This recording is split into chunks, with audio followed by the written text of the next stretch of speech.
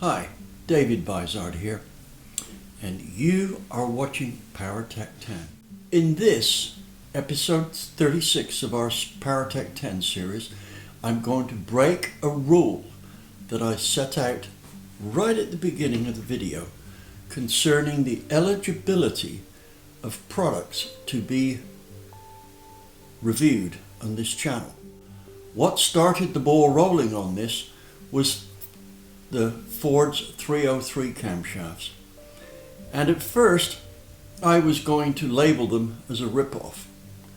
But then I began to look at a lot of other company camshafts, not necessarily Ford, but a list of companies such as Comp, Crane, Howard's, Iski, you name it.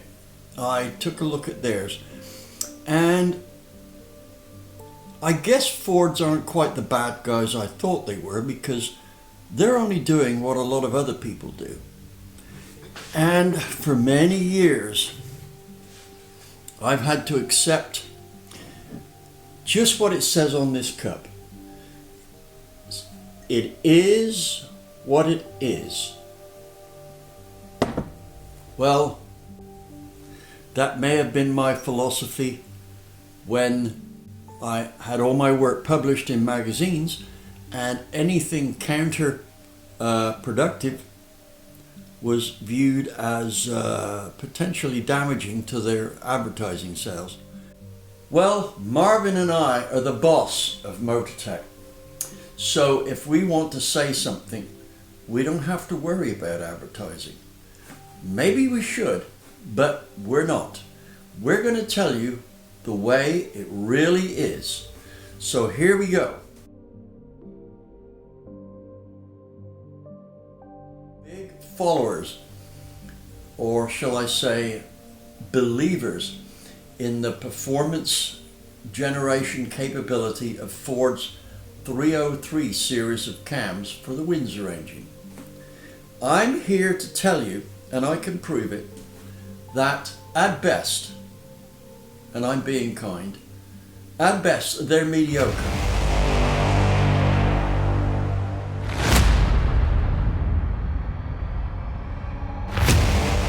I say we're going to ignore mediocre, but the thing is one too many has tweeted, emailed, YouTube, whatever, how great their car went, their 50 or their 351 went with one of Ford's 303 cams.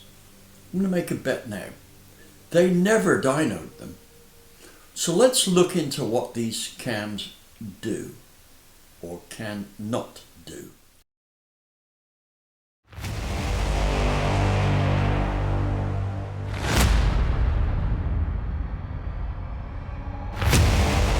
The 303 series of cams has a huge following. It's almost a cult. And I know this video is going to upset a lot of people. I'm not here to upset your feelings. I'm here to present you with the facts.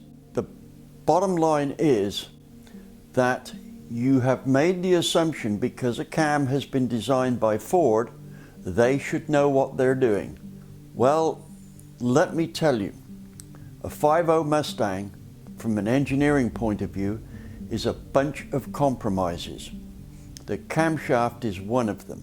The stock cam had to take into account such things as emissions and drivability and so on and so forth, right?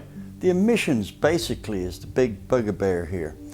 However, the 303 series of cams, they say, Ford that is, they say in their catalog, these are meant for off-road use and not for street use. So, taking into account emissions was something that was not really necessary. It may have had an influence on the more streetable cams, but for a high-performance cam, which was bordering on the race stuff, it should have had no influence whatsoever. Now, the other thing we have to take into account was that the first couple of cams on Ford's list had to take into account the fact that they needed to get clearance between the valve and the piston. So they limited overlap. Not a bad move. They've also limited the accelerations on the cam. They are very stock-like acceleration rates on the cams. None of the aftermarket cams are that slow in their operation. And we'll look at the numbers because they're up behind me here. Another thing that we need to take into account, of course, is they needed to have the cams as reliable as possible. Well, they overdid that area there, and a good camshaft can be a faster operating cam than they've done. What other factors? Oh yes, it appears that to make up for the fact that these cams have slow operation and minimum overlap to accommodate piston clearance, whether it was a conscious decision or not, I don't know, but somebody made the decision to close the valves later to enhance the top end. The result is these cams have Lobe centerlines which are not what the engine wants. Now, the other thing is they're quoting timing figures on this like they're setting concrete. I have to tell you here, from my 40 years of testing thousands of camshafts, that this is not the way to go, right? What we need here is camshafts which suit the cylinder heads. The cylinder head dictates the advance the cam has, it dictates the Lobe centerline it needs, etc. They've gone in with these camshafts with one Lobe centerline angle per cam for all of their Windsor range of engines. And the bottom line is this: a 351 Windsor, given the same cylinder heads as a 302, will require at least 2 to 3 degrees tighter Lobe centerline angle. None of that. All of these cams are too wide by a big margin, and we'll look into that now.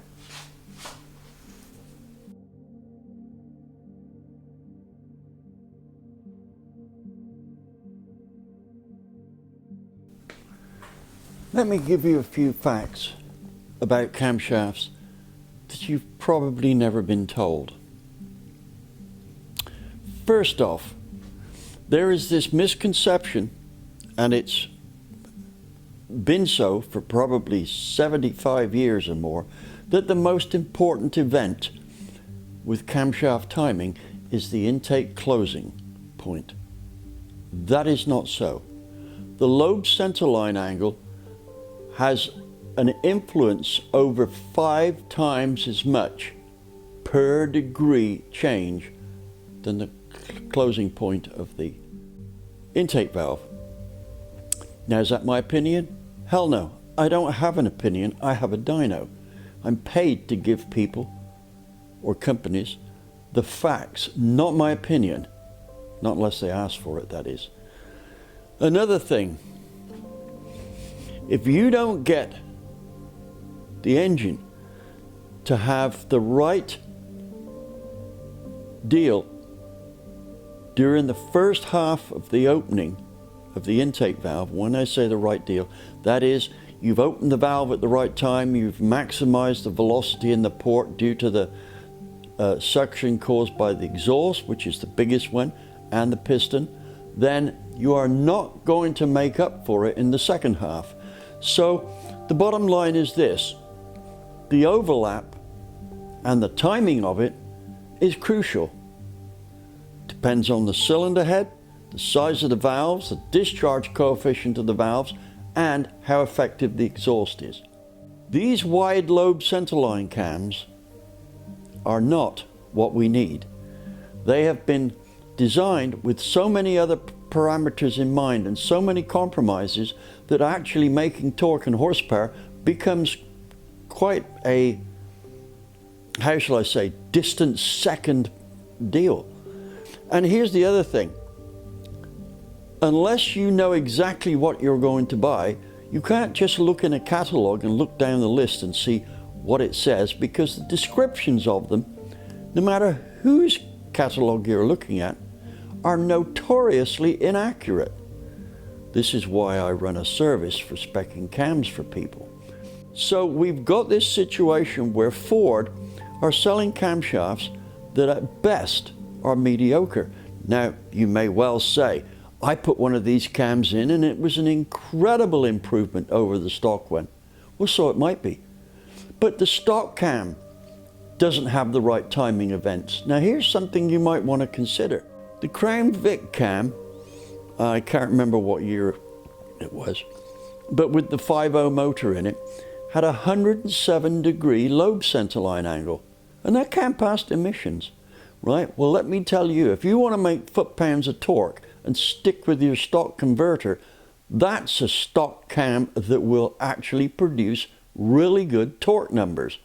Now, here's the deal. If you look at the Ford's catalog, you'll see that there's lots of little notes, and they're numbered for each cam. 1, 2, 3, 4, I don't know, they go up to about 10, right? And they tell you things about the cams that you need to know, whether it needs the valves and piston clearance fixed or whatever. But the bottom line is, a lot of their cams are saying you need a stall converter. Well, for the type of cam that they're selling, you shouldn't need a stall converter.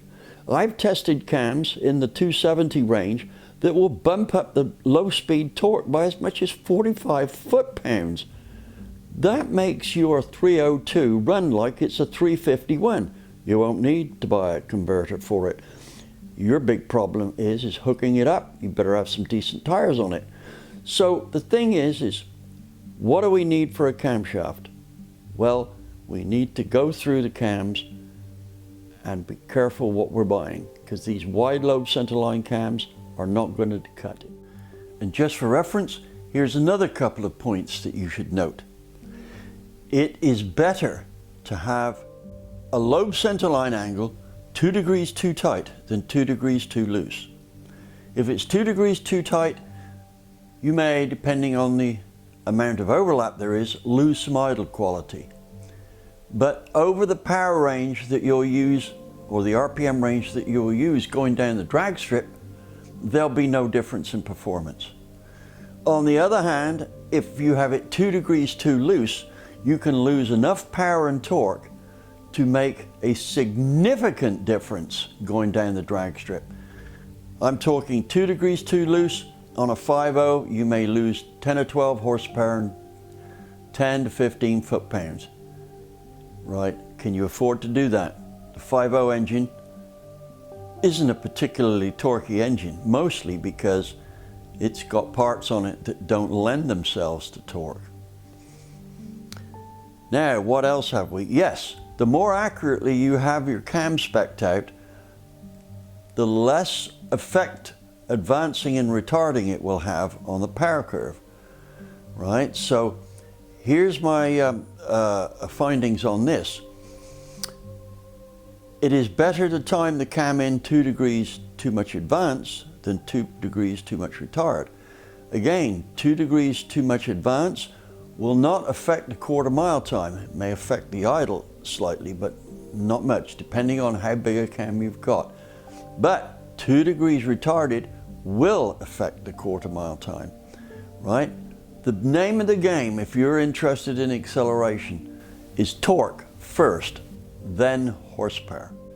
Before going through any cam specs here, I'd like to make a few relevant points that speed equipment buyers often overlook.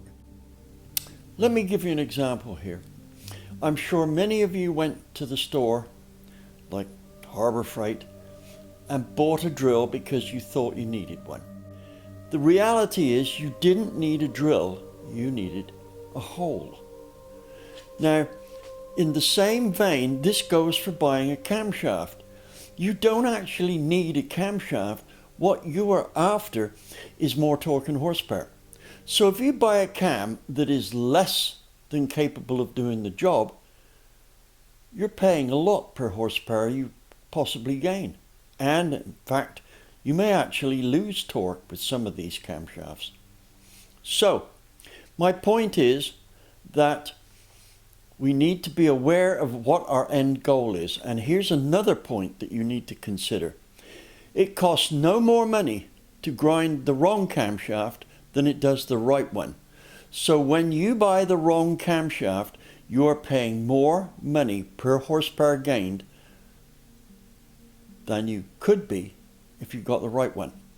So buying the right camshaft should, now I'm going to emphasize the right camshaft should rank high on your priority list. So now let's look at some numbers. Here is our 303 series of cams. That's the B, E, F, X, and Z. As you can see, the durations don't change much between them. The biggest spread we've got is only 8 degrees, right? And Ford are hinting that this is a race camshaft.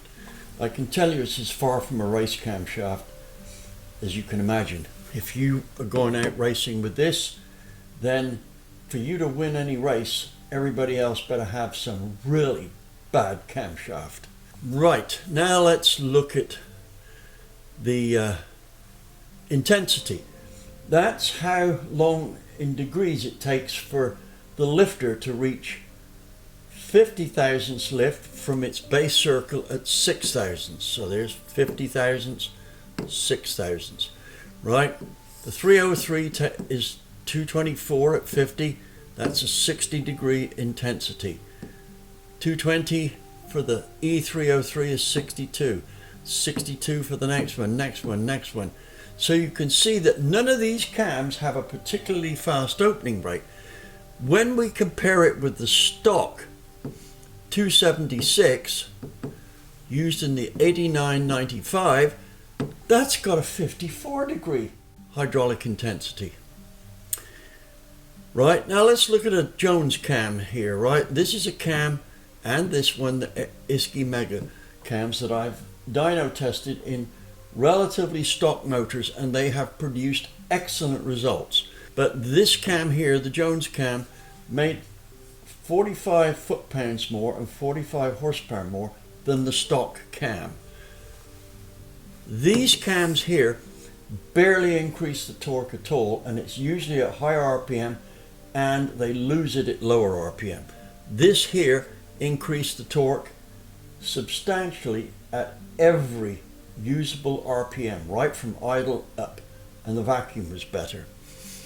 Same with the ISKI Mega Cam.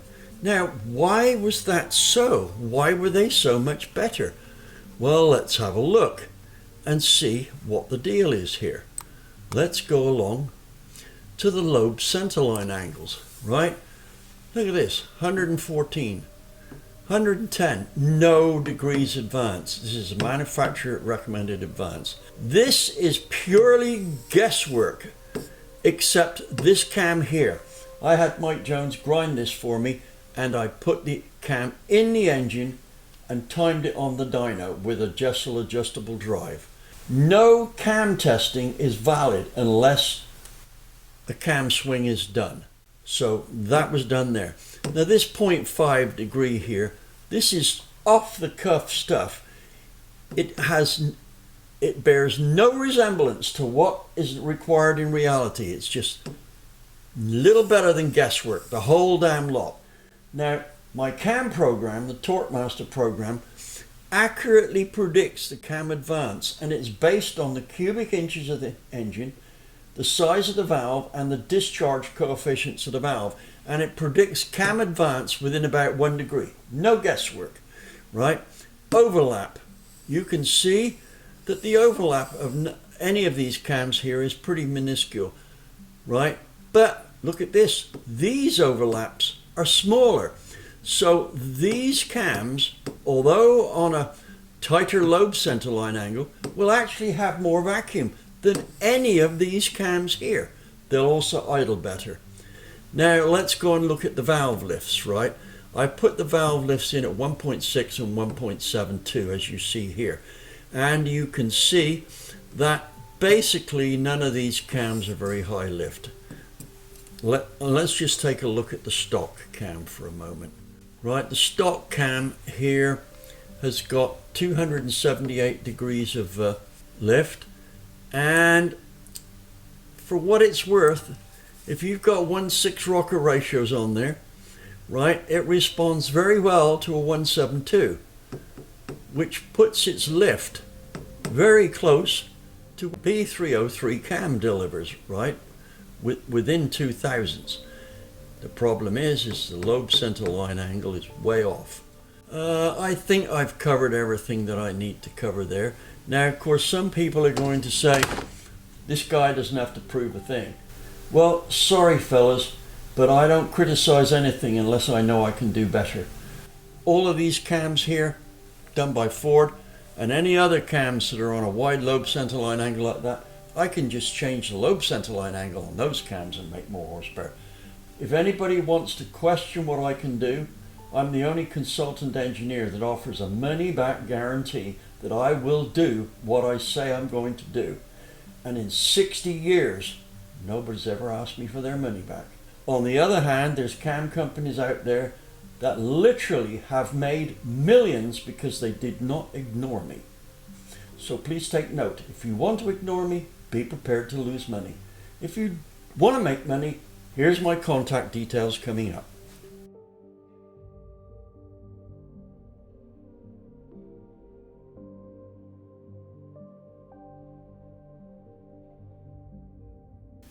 Now, if I didn't do something to rectify the situation so that you can all choose a better cam, you'd be somewhat frustrated. So what I'm going to do is I'm going to have an addendum to this video, which will be episode 36 addendum, right, which will list cams for various specs of engines. Now, I've got to put it in chart form rather than a computer program. They won't be quite as accurate as the cams that I spec with the computer. However, they'll be a darn sight closer than what you're already using. Okay, that's about it. Now, in closing, I would like to thank you all for putting up with my somewhat frustrated presentation here, but I hope that it serves you well. Let me thank you all. Don't forget to like and subscribe and make comments, and I know you're going to do that.